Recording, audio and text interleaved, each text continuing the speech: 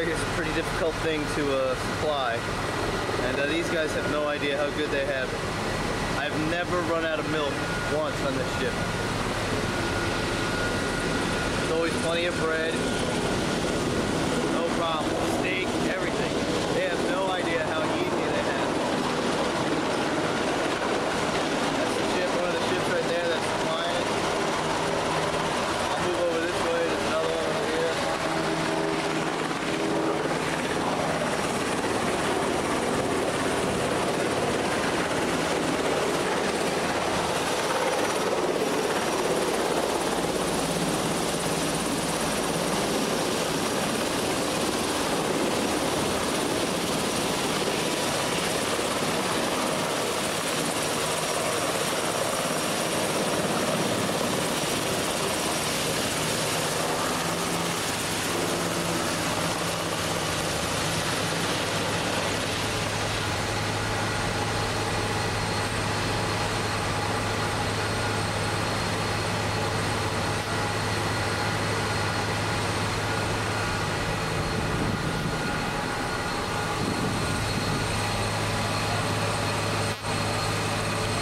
These evolutions sometimes take all day long. And a routine lift for us, this is called a VERTREP, a vertical replenishment, is between 300 and 500 pallets. And most of this stuff is food, because the cods, this is a cod right here, this is like what I fly on and off on. Only what we're doing what's called blue water ops right now. There's no place for these planes to divert to. The carrier is the only place for them to land. But normally, we operate within the range of these cods and the other aircraft, so they can divert to land-based fields if they have to. And the cods pick up the parts and the mail and all that on a daily basis. So it's not like this is some evolution where, you know, we're getting all the stuff we need to keep the carrier running. This is, I mean it is, but it's not parts and things like that. That's all food. And I mean, there might be a couple of big ones that are too big for the cods, like those crates right there. We've had a lot of problems with our shaft bearings.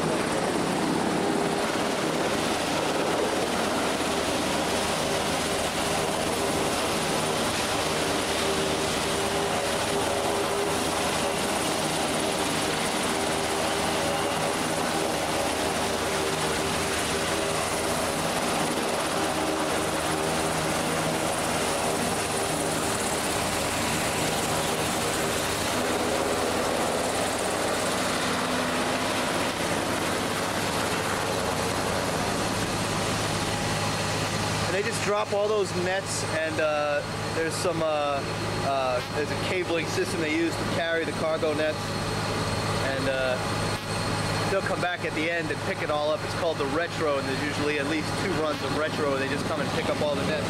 That's what these guys are doing down here, bundling up all the nets, so when they can start hooking it back up to the actual helo, so they can take it back to the replenishment ship.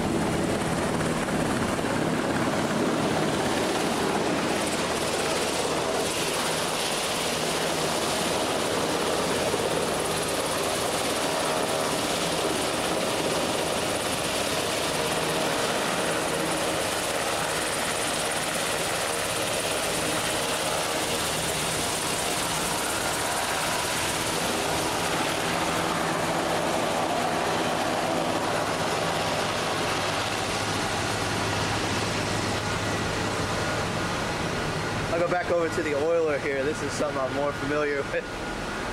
We do this all the time too on the destroyers. Kitty Hawk will have to raz sometimes twice a week. She'll use on an average of 250,000 barrels per raz for 500,000 barrels of oil per week. That's just shocking, and it's why we don't build any more aircraft carriers that have boilers. She's the last one that has boilers. All the rest of them have nuclear reactors. Ships have been doing RAS, replenishment at sea, which is what this is. This is actually called a stream method, the standard tension replenishment alongside method. And let's see if I can zoom in on some of these things here. They're cables that are held by span wires. The span wires go over first and tension them, and then those fuel hoses are actually on pulleys. And you just pull the things over with ropes, and they plug into the ship where the fueling nozzles are. But anyway, since World War I, ships have been doing this. During World War II, when that was the great era of naval forces, everybody who had ships out there was pretty proficient at it. Japanese, Britain, us, and a few of the other countries. Pretty much we are the only ones left in the world that have the ability to do RAS proficiently, worldwide, and on a daily basis. Other countries, I've razzed off of French ships before, Italian ships before, Japanese ships before, but they really only have like 1 or 2 oilers. We have a whole fleet of oilers dedicated just to find our ships wherever they are all over the world and replenish us about every 3 days.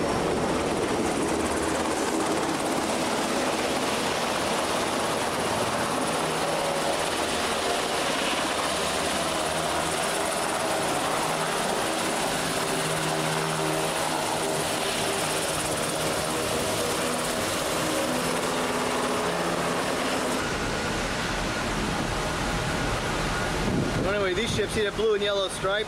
That means it's not actually a USS ship, it's a USNS ship, United States Naval ship.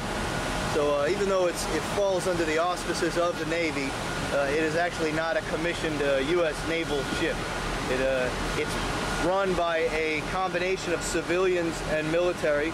The military usually are the communications folks and some of the more technical ratings. But the guys that are actually running this program over here, the guys that are pumping and the fuel masters and things like that, they're civilians. And they get paid a cubic buttload of money to do it. The captain, if you will, is not really called a captain, he's a master, it's called, because it's not a military ship. So, I mean, they still have to do what we say and all that, and they're attached to us. But their funding and all kinds of other things come from another entity altogether called, what is it, MSA it's called.